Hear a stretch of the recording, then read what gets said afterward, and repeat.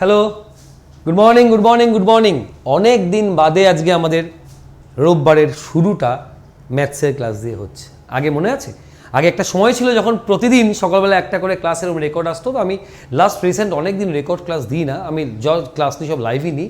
তো অনেকদিন পর ইচ্ছে হলো যে আজকে একটা রেকর্ড ক্লাস দিই সকালবেলা। তো আজকে আমাদের 63তম পর্ব।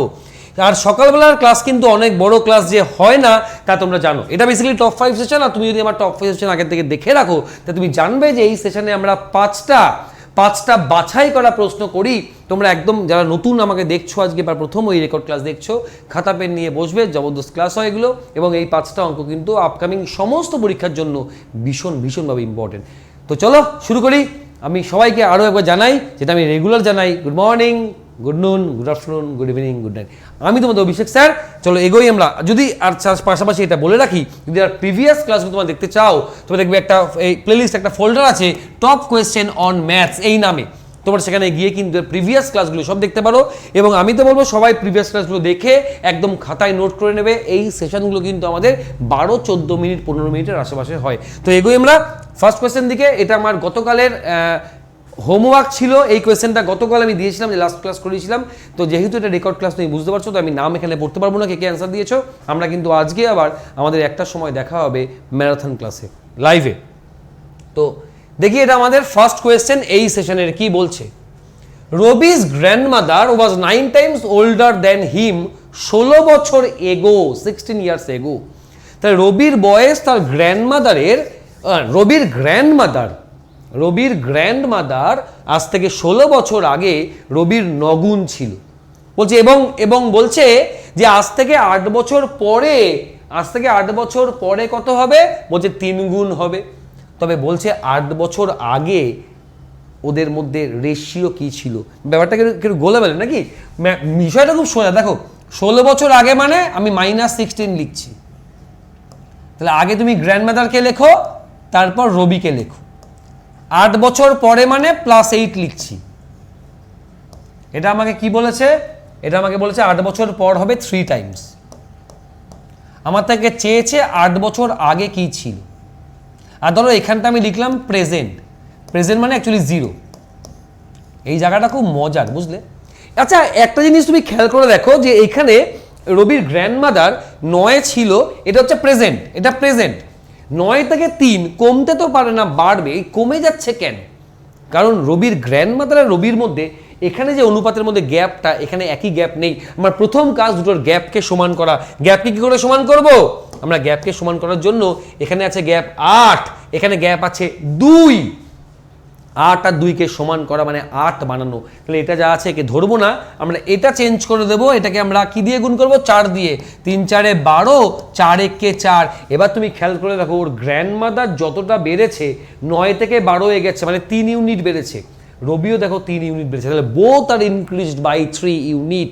অ্যাকচুয়ালি তুমি দেখো 16 বছর আগে, এটা 8 বছর আগে, এটা প্রেজেন্ট, এটা 8 বছর পরে। তার মানে এই গ্যাপগুলো সমান না ভাই, বলো তো? মানে এখান থেকে এটা যতটা গ্যাপ, এখান থেকে অতটাই গ্যাপ, এখান থেকে অতটাই গ্যাপ। মানে 3টে লাফ মারলাম, 3 ইউনিট বাড়লো। তাহলে প্রতিটা লাফে 1 ইউনিট করে বাড়বে। তাহলে এখানে গ্র্যান্ডমাদার আর রবি এটা হবে, এর পরেরটা আবার 1 ইউনিট বেড়ে এটা হবে, এবং তারপরেরটা এটা হবে। এই তো অঙ্ক। বলছে 8 বছর আগে রবির গ্র্যান্ডমাদার আর রবির মধ্যে অনুপাত 10:2, 2 দিয়ে কাটলে 5:1। কিন্তু কোয়েশ্চেনে আগে রবির নাম বলেছে, পরে গ্র্যান্ডমাদার, তাই আমরা 1:5কে দাগাবো। যদি বলতো প্রেজেন্ট এজ রেশিও কত, তাহলে বলতাম এটা প্রেজেন্ট এজ রেশিও। যদি বলতো 16 বছর পরে কত হবে, আমাকে বলো। তোমাদের ধরে নাও এটা হোমওয়ার্ক রাখলাম আমি আজকে সেশনে। আমাকে এখান থেকে চাইলো যে তবে রবির আর রবির গ্র্যান্ডমাদারের মধ্যে আফটার 16 বছর বাদে কি রেশিও হবে। তোমার কমেন্টে জানাবে আমাকে। চলে আসি পরবর্তী প্রশ্ন। The ratio of the present age of Papan and Orindom. Papan আর অরিন্দম প্রেজেন্ট এজ রেশিও কত? 2:3। এটা হচ্ছে প্রেজেন্ট এজ রেশিও 2:3। বলছে 3 বছর পর, 3 বছর আফটার রেশিও কত? 3:4। তুমি একটা জিনিস খেয়াল করে দেখো তো, দুজনের কি সেম ইউনিট বাড়ছে? পাপানেরও 1 ইউনিট বাড়ছে। তুমি খেয়াল করো জায়গাটা, দেখো পাপানেরও 1 ইউনিট বাড়ছে আর ওরও 1 ইউনিট বাড়ছে। তাহলে both are increased by 1 unit, but actually both are increased by 3 বছর। দুজনেরই 3 বছর বাড়ছে, তাহলে বলবো 1 ইউনিট মানে 3 বছর, তাহলে 2 মানে 6 বছর, 3 মানে 9 বছর, তাহলে 3 মানে 9, তাহলে প্রেজেন্ট এজ পাপান আর ওর 6 আর 9 চেয়েছে কাটটা, বলছে পাপানের প্রেজেন্ট এজ কত, বলবো পাপানের প্রেজেন্ট এজ 6 বছর। Interesting question, interesting. যদি সেম না বাড়তো তখন কি করতাম আমরা, দেখি বলো দেখি আমায় কমেন্টে, যদি সেম না বাড়তো তাহলে আমরা কি করতাম। চলো এগোই আমরা পরবর্তী প্রশ্নের দিকে। যাদের এই ক্লাসে নতুন থাকবে ক্লাসে একটা করে লাইক করে দেবে। হ্যাঁ, পি স্যালারি, এই হচ্ছে পি, এই হচ্ছে কিউ, এই হচ্ছে আর। আমাকে বলছে পি এর স্যালারি কত, কিউ এর 40% আর কিউ এর কত, আর এর 25%, তাহলে আর কে 100 রাখো, তাহলে কিউ কত, বলছে কিউ হচ্ছে আর এর 25%, তাহলে 125 মানে 25। পি কত, পি পি পি বলছে কিউ এর 40%, তাহলে পি এর মানটা কত, কিউ যা তার 40%, তাহলে নিশ্চয়ই এরকম। কাটাকাটি করলে কত হয় দেখো তো, কাটাকাটি করলে এখানে 0 0 কাটলো, এটা 2 এটা 5, 5 দিয়ে 5, তাহলে 5 দুগুণী 10, তাহলে পি 10 কিউ 25 আর আর 100। এত অব্দি পেলাম। চেয়েছে কি, বলছে আর এর স্যালারি, বলছে আর এর স্যালারির কত পার্সেন্টেজ পি এর স্যালারি, মানে পি আর এর কত পার্সেন্ট, আর তো 100, তাহলে আর এর কত পার্সেন্ট পি, আমরা স্ট্রেট বলবো আর এর 10%। পি হলো আর এর 10%। যদি বলতো পি এর স্যালারি আর এর থেকে কত পার্সেন্টেজ কম, তাহলে বলতাম পি এর স্যালারি আর এর থেকে 90% কম। ভীষণ মজার কোয়েশ্চেন, যেখানে যা সমস্যা যা বুঝতে অসুবিধা হবে আমাকে কমেন্টে জানাবে। ক্লিয়ার? নেক্সট পরবর্তী প্রশ্ন। একটা ত্রিকোণমিতির অঙ্ক রয়েছে, ভালো কোয়েশ্চেন, সহজ কোয়েশ্চেন, আমি একবার দেখিয়ে দিই, মজার কোয়েশ্চেন। বলছে কস স্কোয়ার থিটা, আচ্ছা একটা ছোট জায়গা তোমরা মনে রাখবে, সাইন দ্বারা একটা ছোট জায়গা মনে রাখবে, এটা sine theta plus sine square theta equal to cos square theta plus cos to the power 4 theta equal to tan square theta plus tan to the power 4 theta equal to 1। এটা তোমরা পারলে মুখস্থ করে রাখবে, কোনো সমস্যা নেই এইটুকুনি মুখস্থ করার। পরীক্ষার হলে দেখবে তোমরা এইখানে দেখো 3টে ইকুয়েশন অ্যাকচুয়ালি আমি দিয়েছি, তুমি খেয়াল করে দেখো, দাঁড়াও ওয়েট করো, তুমি এই জায়গাটা খেয়াল করো, 3টে ইকুয়েশন দিয়েছি, একটা এটা, একটা দিয়েছি এটা, আর একটা দিয়েছি এটা, 3টের ইকুয়াল টু দিয়ে আমি 1 বলেছি। বেসিক্যালি মানে কি, মানে তোমাকে পরীক্ষার হলে এই 3টের মধ্যে যে কোনো একটা ইকুয়াল টু 1 বলবে আর একটা বার করতে দেবে। মানে তাহলে বললো sine plus sine square equal to 1 হলে cos square plus cos to the power 4 equal to কত, সেক্ষেত্রে আমরা 1 বলবো। এটা মুখস্থ করবে, ডেটাটা মুখস্থ করবে। দেখো আমাকে তাই দিয়েছে, cos square plus cos to the power 4 1 হলে tan square tan to the power 4 কত। মনে রাখবে সাইনটা একটা ঘাত কম হয়, সাইনের প্রথমটা সাইন, সাইন স্কোয়ার, আর কসেরটা স্কোয়ার 4, ট্যানেরটা স্কোয়ার 4। এটা একবারে মুখস্থ করে রাখবে। আমি তোমাকে দেখিয়ে দিচ্ছি এটার সলিউশনটা কীভাবে হবে, কোনো সমস্যা নেই। আমাকে এখানে কি বলেছে, বলেছে কস square theta plus cos to the power 4 theta equal to 1, find the value of tan square theta plus tan to the power 4 theta equal to কত। এটা চেয়েছে আমার থেকে। দেখবে আমরা এখান থেকে এই কস স্কোয়ারকে এই পাশে নিয়ে আসবো, তাহলে নেক্সট টাইমটা বলবো cos to the power 4 theta equal to 1 minus cos square theta.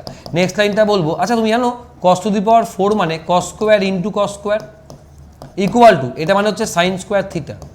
এবার একটা কস স্কোয়ারকে ওদিকে নিয়ে যাও, তাহলে নেক্সট টাইমটা বলবো cos square theta equal to sine square theta by cos square theta.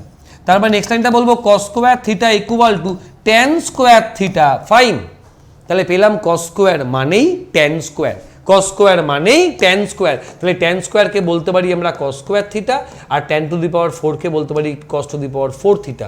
এটা ইকুয়াল টু 1 তো হবেই, কারণ এটাই তোমাকে 1 বলেছিল। ইন্টারেস্টিং, ত্রিকোণমিতি খুব ইন্টারেস্টিং যদি বোঝা যায়, বুঝলে। তো বেসিক্যালি এবার একটা হোমওয়ার্ক ছিল, ওটা আমরা দেখবো। দাঁড়াও, হ্যাঁ হোমওয়ার্কটা দেখে নেবো একটু, দাঁড়াও। আচ্ছা কি বলেছিল, এটা যারা কমেন্ট করেছো কালকে সকলকে ভাই দিল সে থ্যাংক ইউ। নাম পড়তে পারলাম না, আমরা একটার সময় ম্যারাথনে আসবো, বললে আমি সেখানে নাম পড়ে দিতে পারি, কোনো অসুবিধা নেই। এরিয়া অফ অ্যান ইকুয়েটরাল ট্রায়াঙ্গেল, ভাই ইকুয়েটরাল ট্রায়াঙ্গেল চেনো? এই হচ্ছে ইকুয়েটরাল ট্রায়াঙ্গেল। মনে রাখবে ইকুয়েটরাল ট্রায়াঙ্গেলের যদি বাহু এ হয় তাহলে এই দুটো ফর্মুলা আমরা পাই, একটা হাইট ইকুয়াল টু √3/2 ইন্টু বাহু, আর একটা ফর্মুলা পাই এরিয়া √3/4 ইন্টু বাহু স্কোয়ার। আমাকে কোয়েশ্চেনটায় এরিয়া বলেছে এ আর হাইট বলেছে বি, তার মানে এটা মানে বলেছে আমাকে, আচ্ছা এখানে তো এ ধরা যাবে না, বুঝলে, দাঁড়াও এখানে এক কাজ করো, এখানে এ ধরা যাবে না কেন, যেহেতু এ বলে দিয়েছে, ঠিক আছে এখানে এক দাঁড়াও ওয়েট করো, ঠিক আছে দেখো আমি ধরে নিই এটা হচ্ছে পি, বাহুটা পি, তাহলে √3/2 ইন্টু পি, এটা হবে √3/2 ইন্টু পি স্কোয়ার। আমাকে হাইটের মানটা বলে দিয়েছিল বি, এটা মানে বি, আর এটা মানে আমাকে এ বলেছে, পড়ে দেখো এরিয়া বলছে এ আর হাইট বলছে বি। তো আমাকে বার করতে বলেছে find the value of B square by A, এটার মান কত, মান পুট করে দাও, তুই মান পুট করো এখানে গিয়ে। বি স্কোয়ার মানে কি, এটা স্কোয়ার, তাহলে এটা স্কোয়ার মানে √3 কে স্কোয়ার, আচ্ছা আমি লিখে দিচ্ছি, আমি স্কোয়ার মানে না ওই টার্মটাকে আমি দুবার লিখে দিচ্ছি, তাহলে এটা বলে তোমাদের বুঝতে সুবিধা হবে। বাই এ মানে কত, এ মানে √3/4 ইন্টু এ স্কোয়ার, এই সরি এখানে পি স্কোয়ার, কাটাকাটি করো দেখি কোনটা কোনটা কাটে, এই √3 গেল, এই 2 2 4 গেল, এই পি স্কোয়ার পি গেল, তাহলে বলবো পড়ে আছে √3, তাহলে বলবো স্যার এটার মান হচ্ছে √3, এতটাই সোজা জায়গা, এতটাই সোজা কোয়েশ্চেন। ক্লাসটা কেমন লাগলে জানাবে। এখানে সব কিন্তু ইম্পর্টেন্ট কোয়েশ্চেন, আপকামিং পরীক্ষার জন্য সব কোয়েশ্চেন কিন্তু ভীষণভাবে ইম্পর্টেন্ট। তো আজকে আমাদের একটা হোমওয়ার্ক দিয়ে ক্লাসটা শেষ করব, এরপরে ম্যারাথন হবে আজকে একটা সময়, যে ম্যারাথন ক্লাস নেব সেই ক্লাসে 1:15 নাগাদ শুরু হবে ধরো, সেই ক্লাস কিন্তু বড় ক্লাস নেবো, প্রায় 1.5 ঘন্টার ক্লাস নেবো। আচ্ছা এই অঙ্কটা কি বলছে, যে বলছে 60 ডিগ্রি অ্যাঙ্গেলে একটা প্লেন উঠছে, এটা কিন্তু হোমওয়ার্ক থাকবে, 60 ডিগ্রি অ্যাঙ্গেলে একটা প্লেন উঠছে, কত হাইটে বলছে 1500 না, হ্যাঁ 1500 √3 হাইটে, বলছে 15 সেকেন্ড পর প্লেনটা কোথায় চলে গেল, 15 সেকেন্ড পর প্লেনটা যেখানে গেল সেই অ্যাঙ্গেলটা 30 ডিগ্রি হয়ে গেল, পড়ে দেখো প্রথমে ছিল কত, পুরোটা 60 ডিগ্রি, বলছে এখনো সেম হাইটেই উঠছে, ব্যাস আর কিচ্ছু বলে দেয়নি, শুধু বলেছে 15 সেকেন্ডে এই পথটা যায়, তবে বলেছে ওই প্লেনটার গতি নির্ণয় করো। এই কোয়েশ্চেন আমরা জানো 5-7 সেকেন্ডে করব, কার কার শেখার ইচ্ছা আছে, তবে এটার পুরো ব্যাখ্যাটা আমি করে দেবো, আমায় কমেন্টে জানাবে সেটা, কিন্তু এটা থাকবে হোমওয়ার্ক আজকের জন্য, কমেন্টে জানাবে, না পারলে সেটাও জানাবে স্যার পারলাম না, আর যারা এর ব্যাখ্যাটা জানো সেই ব্যাখ্যাটা করে দেবে কমেন্টে, ঠিক আছে। মানডেতে আবার দুপুরবেলা একটা সময় ক্লাসে থাকবে, পরে বলে দেবো। থ্যাংক ইউ সবাইকে থ্যাংক ইউ। আমাকে সোশ্যাল মিডিয়ার সব জায়গাতেই পেয়ে যাবে, এই ছবিটা আমার মোটামুটি কমন, নাম সার্চ করে নেবে, যদি পেয়ে যাও তাহলে একটা রিকোয়েস্ট পাঠিয়ে দিও কানেক্ট থাকার জন্য। Thank you love you all, অনেক ভালোবাসা আমার তরফ থেকে, টাটা, ভালো থাকো সবাই, সুস্থ থাকো, টাটা, চলো ভালো থাকো।